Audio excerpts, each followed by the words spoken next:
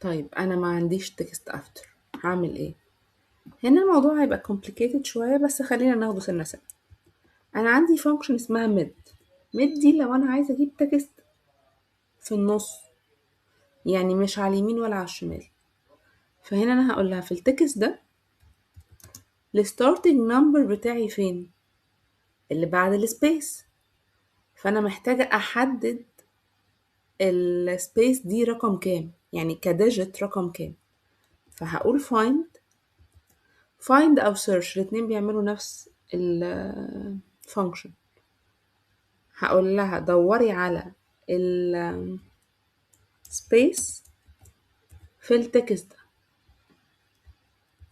وزودي عليه 1، علشان السبيس مثلا لو هنا رقم 6 فأنا محتاجة أخد البي اللي هي رقم 7. فكده أنا حددت الرقم اللي أنا هبدأ بيه. طيب النمبر of characters، يعني أنا عايزة كام واحد؟ أنا عايزة واحد بس. فكده أنا عرفت أجيب البي. دي أصعب طريقة ممكن نتكلم فيها.